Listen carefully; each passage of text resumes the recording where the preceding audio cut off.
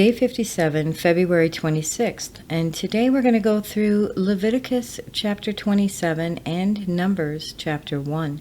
The Lord said to Moses, "Speak to the Israelites and say to them, if anyone makes a special vow to dedicate a person to the Lord by giving the equivalent value, set the value of a male between the ages of 20 and 60 at 50 shekels of silver, according to the sanctuary shekel. For a female, set her value at 30 shekels. For a person between the ages of 5 and 20, set the value of a male at 20 shekels, and of a female at 10 shekels. For a person between 1 month and 5 years, set the value of a male at 5 shekels of silver, and that of a female at 3 shekels of silver. For a person 60 years old or more, set the value of a male at 15 shekels, and of a female at 10 shekels. If anyone making the vow is too poor to pay the specified amount, the person being dedicated is to be presented to the priest, who will set the value according to what the one making the vow can afford. If what they vowed is an animal that is acceptable as an offering to the Lord, such an animal given to the Lord becomes holy.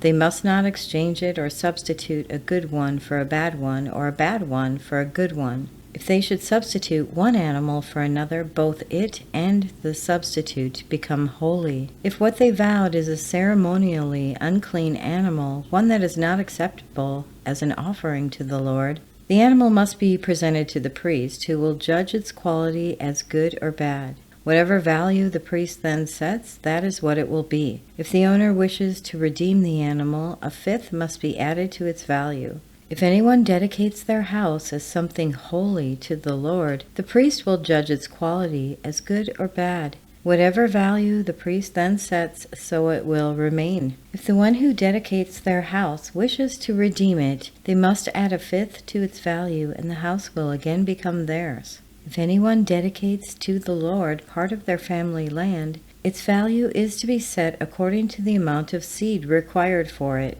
50 shekels of silver to a homer of barley seed. If they dedicate a field during the year of Jubilee, the value that has been set remains. But if they dedicate a field after the Jubilee, the priest will determine the value according to the number of years that remain until the next year of Jubilee, and its set value will be reduced. If the one who dedicates the field wishes to redeem it, they must add a fifth to its value, and the field will again become theirs. If, however, they do not redeem the field, or if they have sold it to someone else, it can never be redeemed. When a field is released in the Jubilee, it will become holy, like a field devoted to the Lord. It will become priestly property. If anyone dedicates to the Lord a field they have bought which is not part of their family land, the priest will determine its value up to the year of Jubilee, and the owner must pay its value on that day as something holy to the Lord. In the year of Jubilee, the field will revert to that person from whom it was bought, the one whose land it was. Every value is to be set according to the sanctuary shekel, 20 gerahs to the shekel. No one, however, may dedicate the firstborn of an animal, since the firstborn already belongs to the Lord. Whether an ox or a sheep, it is the Lord's. If it is one of the unclean animals, it may be brought back as its set value, adding a fifth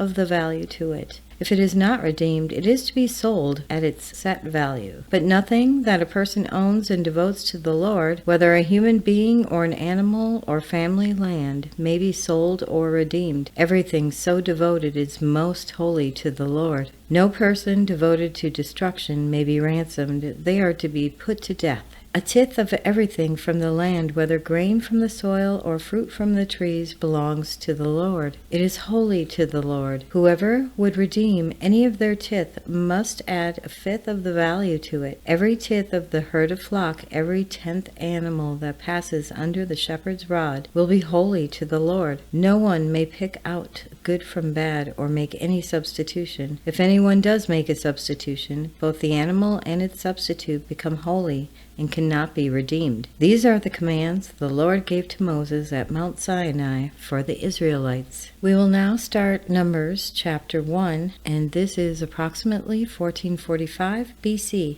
The Lord spoke to Moses in the tent of meeting in the desert of Sinai on the first day of the second month of the second year after the Israelites came out of Egypt. He said, "Take a census of the whole Israelite community by their clans and families, listing every man by name, one by one. You and Aaron are to count, according to their divisions, all the men in Israel who are 20 years old or more and able to serve in the army. One man from each tribe, each of them, the head of his family, is to help you. These are the names of the men who are to assist you. From Reuben, Eliezer, son of Shedur. From Simeon, Shelumiel, son of Zurishaddi. From Judah, Nahshon, son of Amminadab. From Issachar, Nathaniel, son of Zuar. From Zebulun, Eliab, son of Helon. From the sons of Joseph, from Ephraim, Elishama, son of Ammihud. From Manasseh, Gamaliel, son of Pedazur. From Benjamin, Abidan, son of Gideoni. From Dan, Ahiezer, son of Ammishaddai. From Asher, Pagil, son of Okran. From Gad, Eliasaph, son of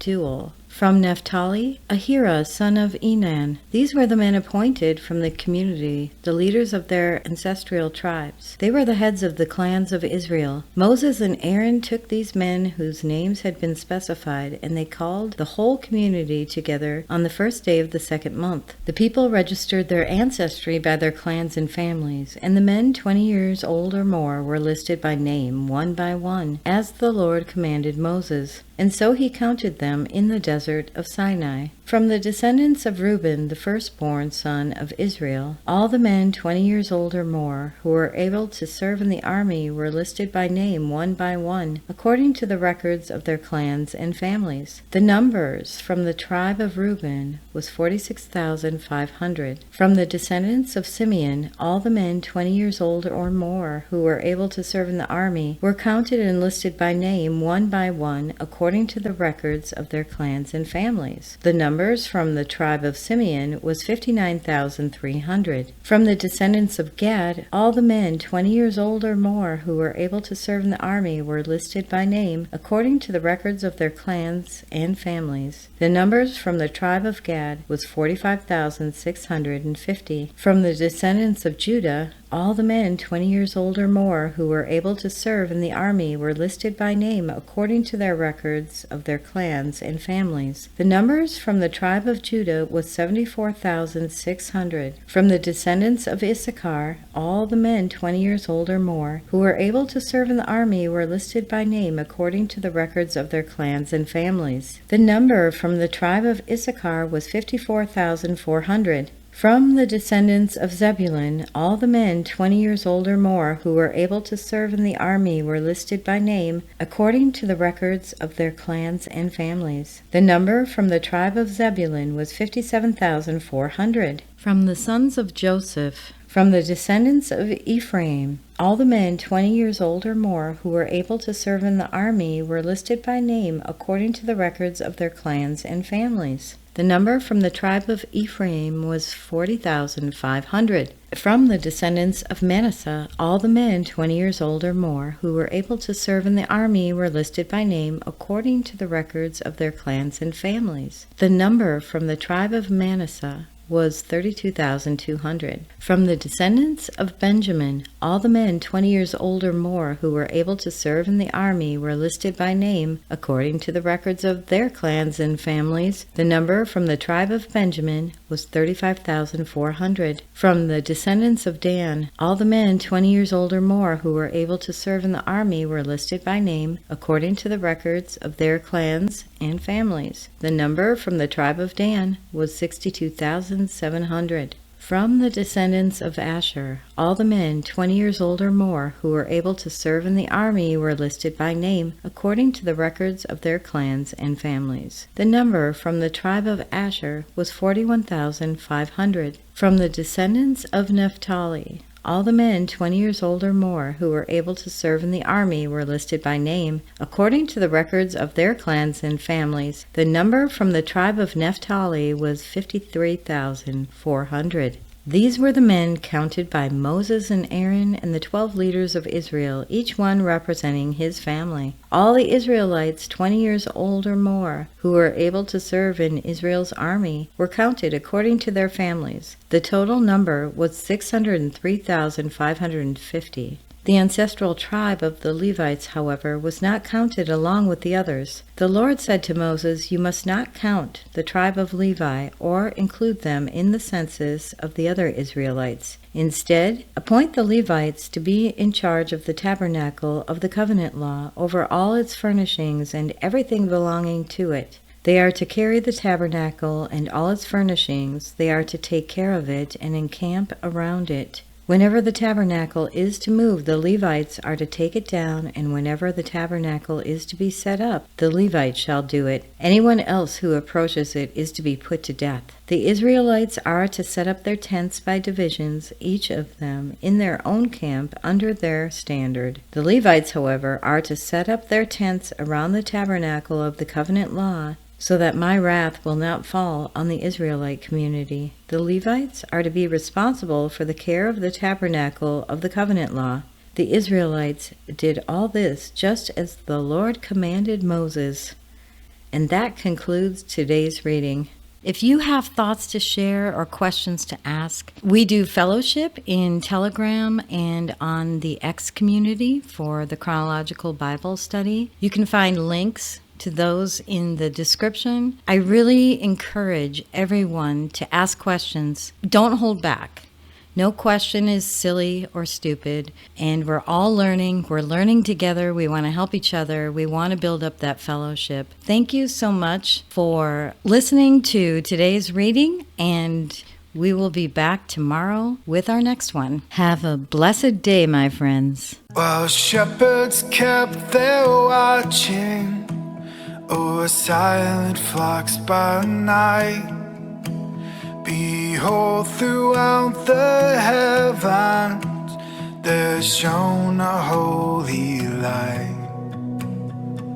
Go tell it on the mountain, over the hills and everywhere. Go tell it on the mountain that Jesus Christ is born.